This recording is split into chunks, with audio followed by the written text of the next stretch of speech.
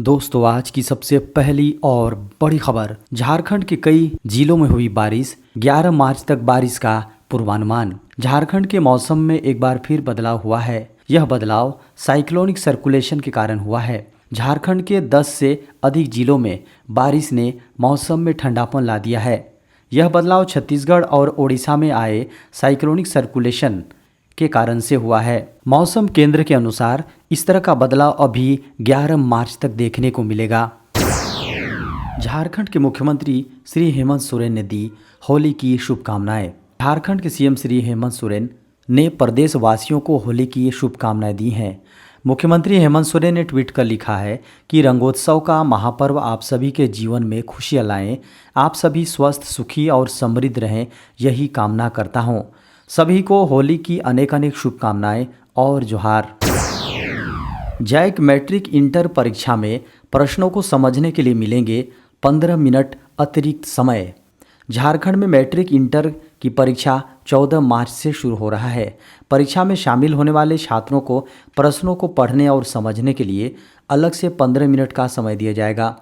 Jack ने इस संबंध में निर्देश जारी कर दिया है। साथ ही कदाचार मुक्त परीक्षा आयोजित करने के लिए झारखंड के विभिन्न जिलों में व्यापक व्यवस्था की गई है। इस साल मैट्रिक और इंटर की परीक्षा 14 मार्च से 3 अप्रैल तक चलेगी।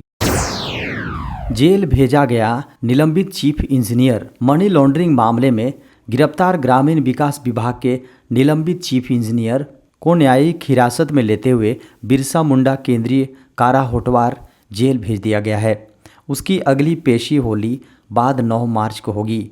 ईडी ने 22 फरवरी को उन्हें गिरफ्तार किया था। पूछताछ पूरी होने के बाद उन्हें कोर्ट के समक्ष पेश किया गया, जहां से उसे जेल भेज दिया गया।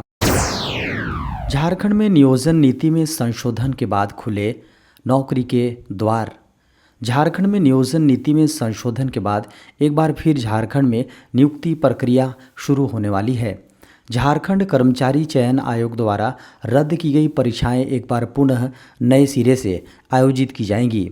जेएसएससी विज्ञापन निकालकर नए सिरे से आवेदन मांगने की तैयारी कर रही है। खबरों को माने तो 20 मार्च के बाद आवेदन की प्रक्रिया शुरू की जाएगी, जिसके लिए विज्ञापन प्रकाशित की जाएगी।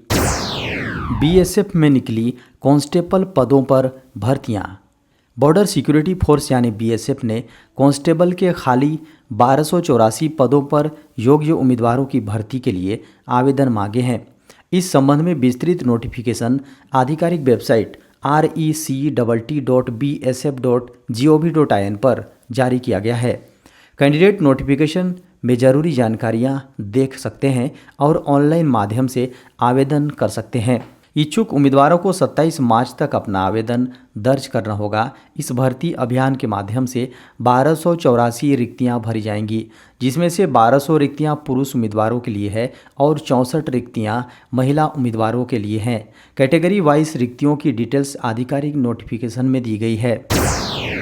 देश में बढ़ा फ्लू बुखार का प्रकोप। दवाओं की बिक्री में 25% तक वृद्धि। इस वक्त देश में इन्फ्लुएंजा बुखार और सांस से जुड़ी बीमारियों का प्रकोप बढ़ा हुआ है।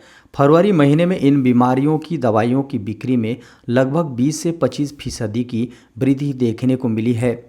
होली के मौसम में पूरा देश H3N2 इन्फ्लुएंजा के गिरफ्त में हुआ। फ्लू, तेज बुखार और सांस से जुड़ी बीमारियों के मामले बढ़े हैं। इन्फ्लुएंजा बुखार और सांस से जुड़ी बीमारियों के चलते एंटी फ्लू, एंटीबायोटिक और कफ सिरप की डिमांड बढ़ी है। पैरासीटामोल, एजीथ्रोमाइसिन जैसी दवाओं की भी मांग बढ़ी है। दवा विक्रेता एसोसिएशन के सेल्स डेटा के अनुसार फरवरी महीने में दवाइयों की बिक्रियां 20 से 25% तक का इजाफा देखने को मिला है। AIOCD के आंकड़ों के मुताबिक एंटी इन्फेक्शन की बिक्री में 12.5% की वृद्धि हुई है, जबकि पेन किलर की दवा की वृद्धि में 10.7% और सांस की दवा की बिक्री में 8% की वृद्धि हुई है। सीमा कर्मियों और उनके परिवारों को चीनी मोबाइल फ़ोन का इस्तेमाल न करने की सलाह। ANI की सलाह के अनुसार सैन्य खुफिया एजेंसियों ने सैनिकों और उनके परिवारों को भारत के शत्रु देशों से फ़ोन खरीदने या उपयोग करने से हतोत्साहित करने की आवश्यकता पर बल दिया। खबरों को माने तो इस एडवाइजरी की घोषणा इसलिए की गई है क्योंकि एजेंसियों को चीनी मूल के मोबाइल फ़ोन में मैलवेयर और स्पाईवेयर मिले हैं। भारतीय बाजार में उपलब्ध चीनी मोबाइल फ़ोन में Vivo, Oppo, Xiaomi, OnePlus, Honor, Realme, ZTE, Xiaomi, Asus और इन्फिनिक्स शामिल हैं। जासूसी एजेंसियां पहले चीनी मोबाइल फ़ोन एप्लीकेशन के खिलाफ काफ़ी सक्रिय रही हैं। ऐसे कई संदिग्ध एप्लीकेशन सैन्य कर्मियों के फ़ोन से भी हटाए जा चुके हैं। इतना ही नहीं, रक्षा बलों ने अपने उपकरणों पर चीनी मोबाइल फ़ोन और एप्लीकेशन के इस्तेमाल पर भी प्रतिबंध लगा दिया है। अब खुफिया एजेंसी ने सेना के जवानों के परिजनों के मोबाइल फ़ोन को लेकर भी अलर्ट देने की सलाह दी है। देश के 331 शहरों तक पहुंचा जियो ट्रू 5G नेटवर्क। जियो ट्रू 5G नेटवर्क की लिस्ट में 27 और शहरों के नाम जुड़ गए हैं। अब देश के 331 शहरों तक जियो की 5G नेटवर्क पहुंच चुकी है। देश की सबसे बड़ी टेलीकॉम ऑपरेटर रिलायंस जियो ने बुधवार को 13 राज्यों और केंद्र शासित प्रदेशों के 27 शहरों तक अपनी 5G सर्विस की शुरुआत की।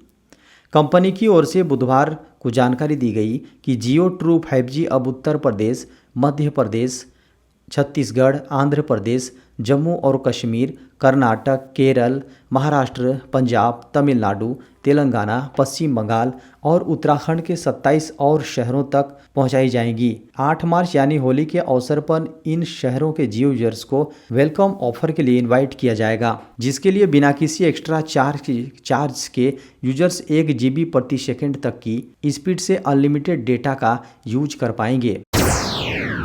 स्टडी में बड़ा खुलासा, दुनिया में 1% से भी कम है शुद्ध हवा। एक नए स्टडी के अनुसार दुनिया की आबादी 1% से भी कम प्रदूषण मुक्त हवा में सांस लेती है। वहीं एशियाई देशों को कुछ सबसे गंभीर हेल्थ प्रॉब्लम्स का सामना करना पड़ता है। लैसेंट प्लेनेटरी हेल्थ में पब्लिश रिसर्च रिपोर्ट के अनुसार ग्लोबल लेवल पर 99.82% एरिया पार्टिकुलेट मैटर 2.5 के खतरनाक स्तर के संपर्क में है, जो विश्व स्वास्थ्य संगठन यानी WHO के ओर से तय सुरक्षा सीमा से ऊपर है। रिपोर्ट में बताया गया कि दुनिया की केवल 0.001% आबादी शुद्ध मानी जाने वाली हवा का इस्तेमाल सांस लेने में करती है। ऑस्ट्रेलिया और चीन में वैज्ञानिकों की ओर से किए गए इस अध्ययन में दुनिया भर में 5000 से अधिक निगरानी स्टेशनों और मशीन लर्निंग सिमुलेशन, मौसम संबंधी डेटा और भौगोलिक कारकों का इस्तेमाल किया गया, जिससे वैज्ञानिकों ने ग्लोबल PM 2.5 के बारे में अनुमान लगाया। सरकार का ऐलान, 31 मार्च तक ये काम करना है ज़रूरी, वरना नहीं मिलेगी टैक्स छूट। इनकम टैक्स रिटर्न दाखिल करने की प्रक्रिया जल्द ही शुरू होने वाली है। वहीं 31 मार्च को वित्तीय वर्ष 2022-23 भी समाप्त होने जा रहा है। ऐसे में कई काम ऐसे हैं जो 31 मार्च तक किए जाने ज़रूरी है ताकि उनका लाभ मिल सके। इनकम टैक्स दाखिल करते समय कई प्रकार की छूट भी मिलती है। इन छूट का फ़ायदा उठाने के लिए भी कुछ काम 31 मार्च तक कर लिए जाने चाहिए। फिलहाल 2 टैक्स व्यवस्थाओं में टैक्स दाखिल किया जाता है। पहला है पुराना टैक्स रिजिम और दूसरा है नया टैक्स रिजिम। अगर कोई पुराने टैक्स रिजिम के तहत टैक्स दाखिल करता है तो उसे इनकम टैक्स रिटर्न दाखिल करते समय कुछ छूट भी हासिल होती है। हालांकि इन छूट का फ़ायदा उठाने के लिए ज़रूरी है कि जिन निवेश को दिखाकर छूट का लाभ लिया जा रहा है वो निवेश 31 मार्च 2023 से पहले किए जा चुके हों। 10 साल पुराना आधार कार्ड कराना होगा अपडेट। भारतीय विशिष्ट पहचान प्राधिकरण यानी UIDAI द्वारा जारी किए गए आधार कार्ड को अपडेट करने का संदेश कई लोगों के पास आया होगा। दरअसल जिनका आधार कार्ड 10 साल पहले बना था उन्हें भी अब इसे अपडेट कराना होगा। ऐसे में लोगों के मन में ये सवाल उठ रहा है कि अब जब लगभग सभी सरकारें ऑनलाइन हो सकती हैं तो क्या आधार भी घर बैठे अपडेट किया जा सकता है? इसका जवाब हाँ और दोनों में है। UIDAI ने अपनी वेबसाइट पर इस संबंध में स्थिति स्पष्ट की है। वेबसाइट पर दी गई जानकारी के अनुसार अगर आप अपना पता अपडेट करना चाहते हैं तो सेल्फ सर्विस अपडेट पोर्टल के ज़रिए खुद कर सकते हैं। हालांकि नाम, जन्मतिथि, लिंग, मोबाइल नंबर, ईमेल और बायोमेट्रिक्स जैसे किसी अन्य विवरण को अपडेट करने के लिए आपको अस्थायी नामांकन केंद्र पर जाना होगा। अगर आप SSUP का इस्तेमाल करते हैं तो ज़रूरी है कि आपका मोबाइल नंबर आधार कार्ड से जुड़ा हो।